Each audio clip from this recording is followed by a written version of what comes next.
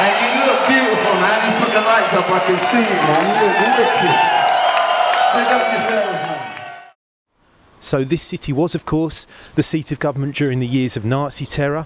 It then became the front line in the Cold War, and more recently a hotbed for experiments in anarchism. It's hard to think of a city with a more dramatic, recent political past than Berlin, but it's Berlin's political present that I want to focus on for this video report. So I've come to Neukölln, which is a working class and very culturally mixed neighbourhood in Berlin, and I'm going to speak to a spokesperson for Die Linke, or the Left Party, who have done quite well in elections round here recently. So Ruben, thanks for making the time to have a chat to me. Let me begin by asking whether young Berliners are engaging with politics at the moment.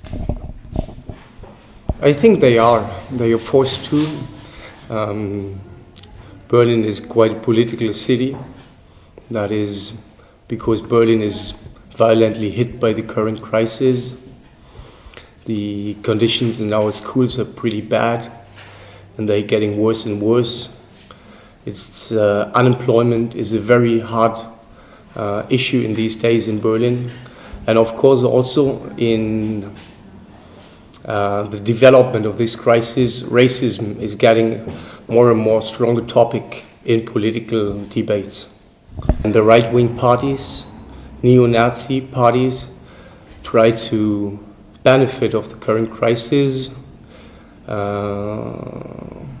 They put the blame on foreigners, especially on Arab people living in Berlin, and they present very easy solutions to the crisis, racist solutions.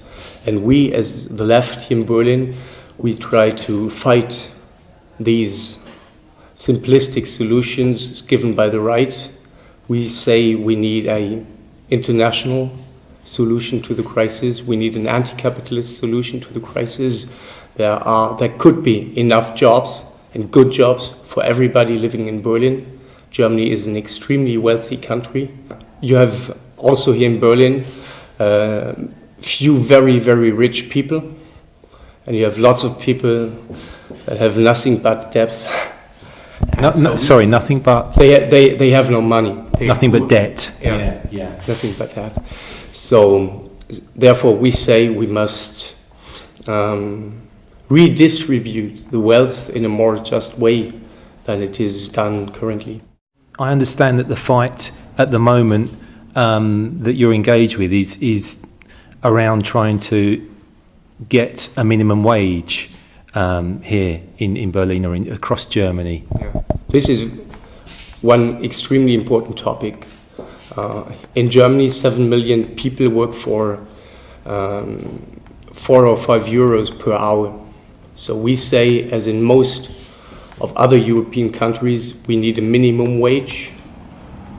We demand a minimum wage of 10 euros per hour.